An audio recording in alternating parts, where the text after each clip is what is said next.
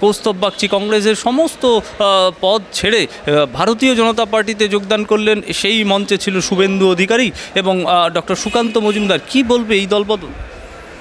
দেখুন, কংগ্রেসের কেউ যদি গিয়ে বিজেপিতে যোগদান করে, এতে আমার বলার কিছু নেই। এটা একটা অন্য দলের আভ্যন্তরীণ বিষয়, তারা বুঝবে, এটা আমার কি আছে বলার।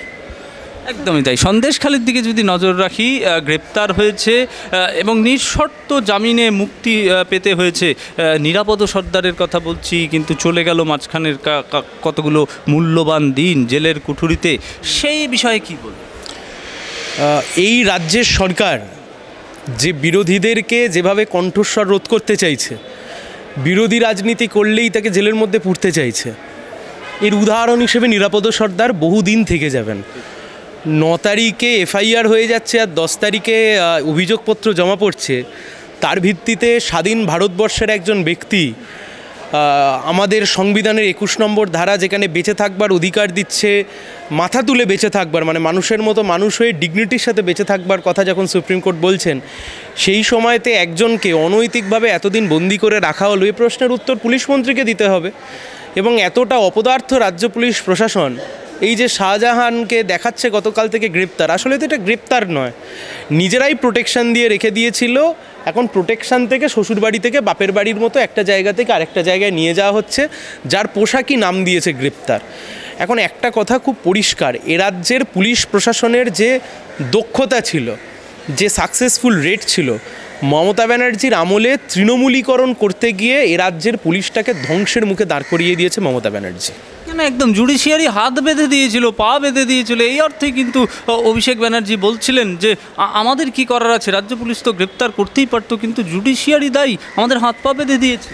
শোন, আমি তোমাকে একটা কথা বলি, কেউ যদি এরকম ননসেন্সের মতো কথাবার্তা বলে, সেটার দায় তার, আমাদের কারণ নয়। 1 নম্বর কথা হচ্ছে, জুডিশিয়ারি বা কলকাতা হাইকোর্ট যদি এমন কিছু কখনো বলেই থাকতো যে গ্রেপ্তার করা যাবে না, তাহলে শেখ শাহজাহান কিসের জন্য আগাম জামিন অথবা অ্যান্টিসিপেটরি বেল ফাইল করেছিল হাইকোর্টে? এটা তো ফ্যাক্ট। কোর্ট যদি কখনো বলে দেয় যে একজনকে গ্রেপ্তার করা যাবে না, আইনের ভাষায় একে বলা হয় নো কোয়ারশিপ স্টেপস।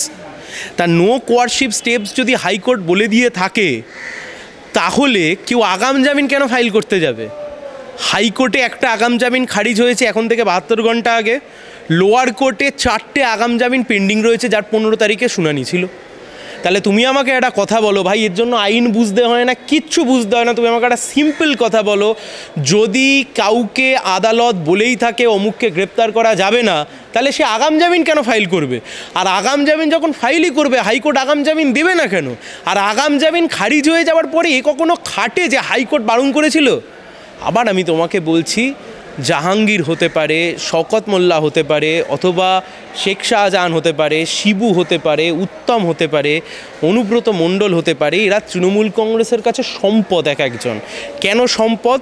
এক হচ্ছে এরা প্রচুর পরিমাণে কোটি কোটি টাকা তুলে কালীঘাটে পাঠায়, 1 নম্বর। 2 নম্বর হচ্ছে ভোটের সময় এরা মানুষকে ভোট না দিতে দিয়ে এরা যে কোনোভাবে সেই প্রার্থীকে এলাকা থেকে তৃণমূলের ভোটে জিতিয়ে দেয়, তাই জন্য মমতা ব্যানার্জির কাছে সম্পদ।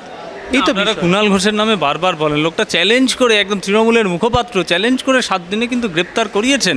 এবং সেই কথা উনি 3 দিন আগে বলেছে, 3-4 দিনের মাথায় কিন্তু গ্রেপ্তার হলো। এই কুণাল ঘোষ কিন্তু পরিষ্কার বলেছিল দলের বিরুদ্ধে বেশিরভাগ অভিযোগ নয় সন্দেশখালিতে, ব্যক্তির বিরুদ্ধে অভিযোগ। কিভাবে এই খণ্ডন করবে? যখন এই ইন্টারভিউ নিচ্ছ তখন থেকে 2.5 ঘন্টা আগে সম্ভবত কুণাল ঘোষ স্পোক্সপারসনের পদ থেকে রেজিগনেশন দিয়েছে, খুব ভুল না করলে। ফলত একজন আম আদমি, উনি কি বললেন না বললেন, একটা তার রিয়াকশান করতে হবে। তাহলে তো আমাকে এখন সবার কথা রিয়াকশান করতে হয়, খুব একটা ধার্তব্যের মধ্যে ফেলছি না। না, একেবারেই তাই।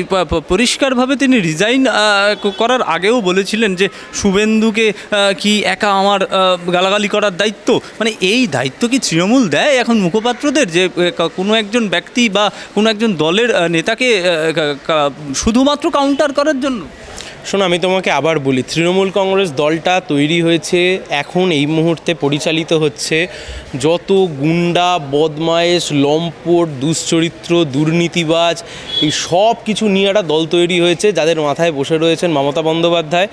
এবং গোটা রাজ্যের যত চোর চিটিংবাজরা আছে, এরা অক্সিজেন পাচ্ছে এবং এরা মনে করছে সরকারটা এদেরই সরকার। শুভেন্দু অধিকারী আজ থেকে 3 বছর আগে অবধি এই তৃণমূল কংগ্রেসের সম্পদ ছিলেন। তৃণমূলের যা দুর্নীতি তা শুভেন্দু যাওয়ার পরের দুর্নীতি নয়, শুভেন্দু যাওয়ার আগের দুর্নীতি। তাই জন্য আমি যখন তৃণমূল কংগ্রেস কেউ বলে, আমি এখনও শুভেন্দুকে তৃণমূল কংগ্রেস ছাড়া তো ভাই ধরি না। কারণ শুভেন্দু অধিকারী তৃণমূলে থাকবার সময় যা যা দুর্নীতি হয়েছে তার দুর্নীতির দায় কেন শুভেন্দু নেবে না? আর আজকের দিনে দাঁড়িয়ে শুভেন্দু বিজেপিতে চলে গেছে বলে শুভেন্দু অধিকারী সাফসুতরা, আর তৃণমূল কংগ্রেস এখন আঙুল তুলে দুজনে মিলে তু বড় চোর আর ও বলবে তু বড় চোর, এটা নিয়ে দুজনে মিলে ঝগড়া করবে। এটা একটা এন্টারটেনমেন্ট হতে পারে, কিন্তু এর কোনো পলিটিক্যাল রিয়ালিটি নেই।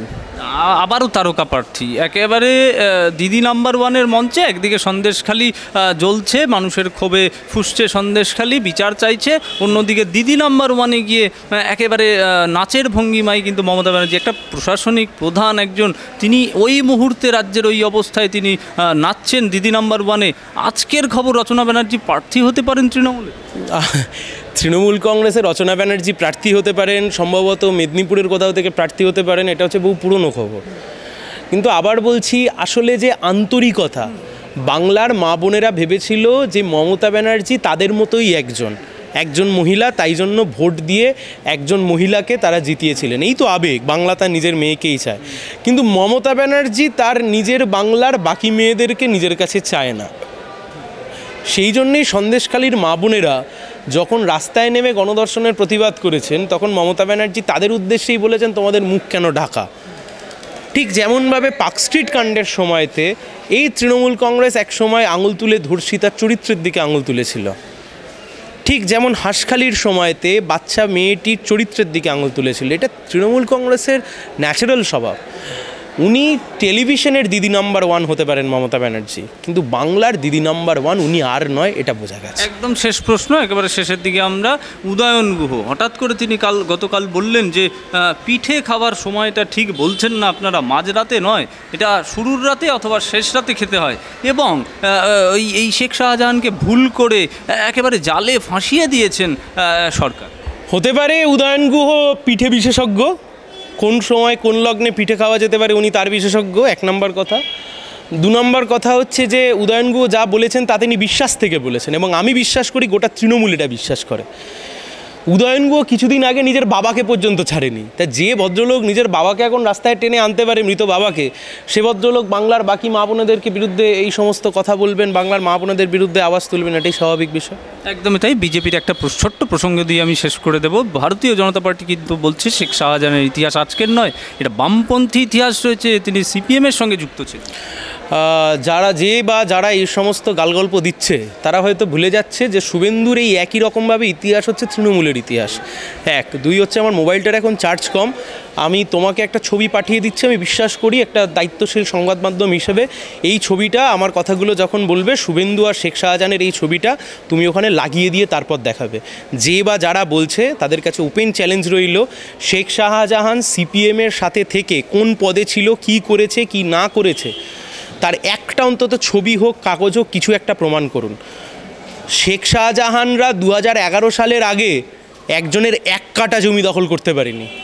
তৃণমূল জীবনে কোনোদিন এই অভিযোগ করতে পারেনি। তার কারণ আমরা জানি কার জায়গা কোথায়, কাকে কিভাবে ট্রিট করতে হয়। তৃণমূলের আমলে এরা নেতা হয়েছে, শুভেন্দু এদেরকে নেতা বানিয়েছে।